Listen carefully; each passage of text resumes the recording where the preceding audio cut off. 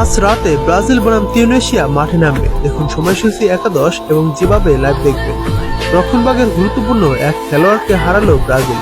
সেনেগালের বিপক্ষে ব্রাজিলের প্রীতি ম্যাচে কুস্কিতে চোট পেয়েছিলেন গ্যাব্রিয়েল ম্যাগালহায়েস। এমিরেটস স্টেডিয়ামে শনিবার 2-0 গোলের জয় পায় ব্রাজিল। ম্যাচ শেষ করতে পারেনি 27 বছর বয়সী ডিফেন্ডার গ্যাব্রিয়েল। 64তম মিনিটে ঘুরিয়ে মাঠ ছাড়েন তিনি। 59তম মিনিটে মাঠে শুয়ে পড়েন গ্যাব্রিয়েল। ডান উরুতে কিছুক্ষণ চিকিৎসা নিলেও খেলা চালিয়ে যেতে পারেননি তিনি।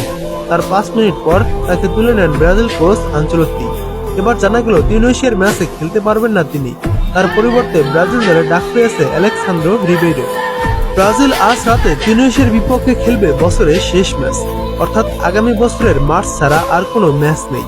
তাই তো শেষটা জয় দিয়ে রাঙাতে চাইবে ব্রাজিল।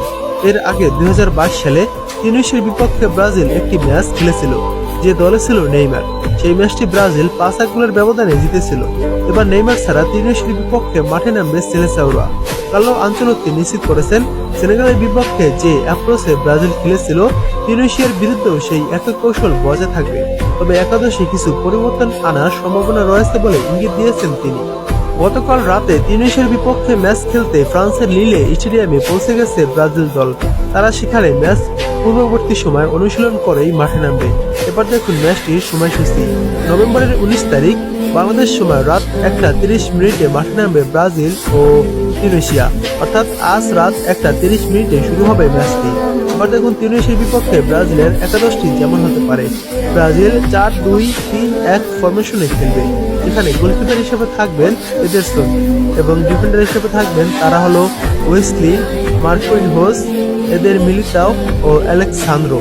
এই 4 জন হলো ডিফেন্ডার এবং মিডফিল্ডার হিসেবে থাকবেন আগের দুজনই, ক্যাশমিরো এবং ব্রুনো গিমারেস।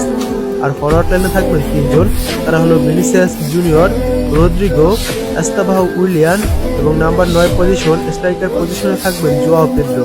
আগে সেনেগালের বিপক্ষে খেলেছিল মেথিউস কুনহা, এই জায়গায় জোয়াও পেদ্রোকে দেখা যেতে পারে। ব্রাজিল ও তিউনিসিয়ার ম্যাচটি আপনারা খুব সহজে লাইভ দেখতে পারবেন। আমি স্ক্রিনে একটি অ্যাপসের নাম দিয়ে দিয়েছি, এই অ্যাপসটি গুগল থেকে ডাউনলোড করে নেবেন। তারপর ম্যাচ যখন চলবে তখন আপনারা ফেসবুকে ব্রাজিল বনাম তিউনিসিয়া লাইভ ম্যাচ স্টুডিও লিখে সার্চ করে দিলে বিভিন্ন পেজ থেকে খেলাটি দেখতে পারবেন।